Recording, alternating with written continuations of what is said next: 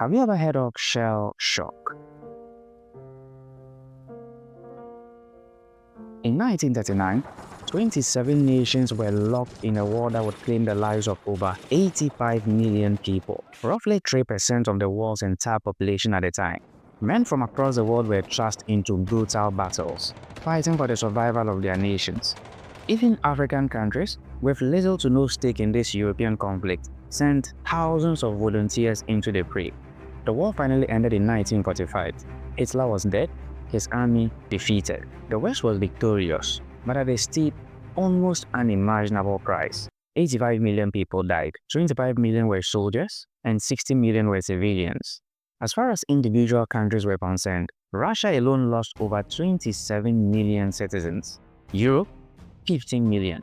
The US, over 500,000 soldiers killed.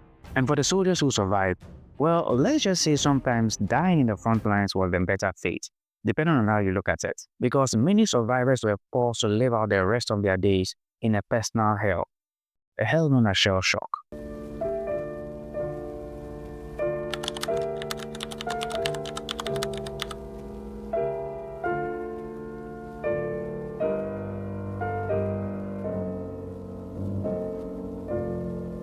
The flashbacks, the trembling, the nightmares, the mind simply unable to recover from the unspeakable horrors.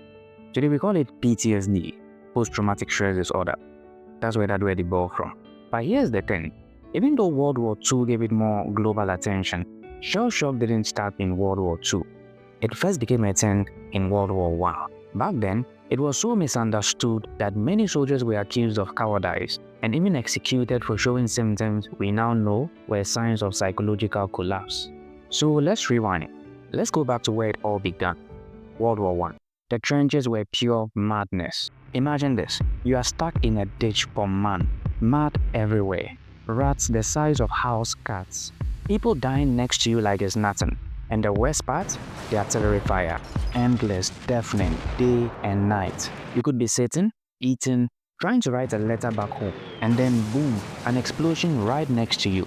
And if it didn't kill you, it broke something inside you. And that's what gave birth to shell shock. At first, commanders thought it was just physical damage from being too close to explosions. Like, oh, maybe the shock waves rattled their brains. But over time, they realized even soldiers far from the blast were showing the same symptoms. Trembling, panic attacks, memory loss, nightmares, complete emotional shutdown.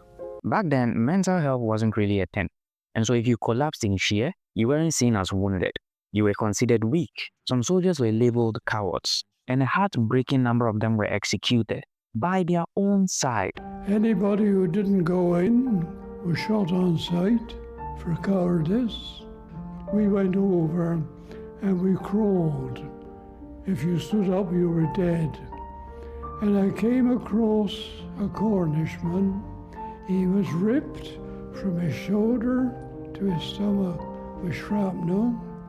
His inside was out on the ground in a pool of blood. He said, "Shoot me." Before we could draw a revolver to shoot him, he was beyond all human aid. He died.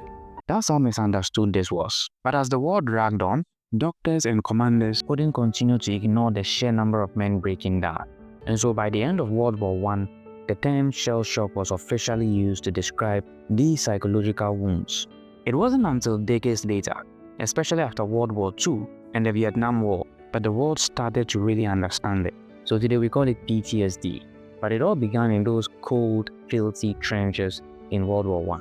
And here's the thing, it is not just a war issue. Modern day PTSD can come from abuse, it can come from accidents, it can come from disasters, all sorts of trauma. The mind doesn't need artillery to explode.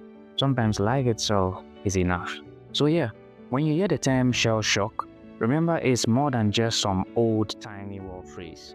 It is a story of how we started realizing that surviving a war doesn't mean you made it out whole. And this applies to wars we fight in our daily lives as well, from relationships to finances, even spiritual warfare.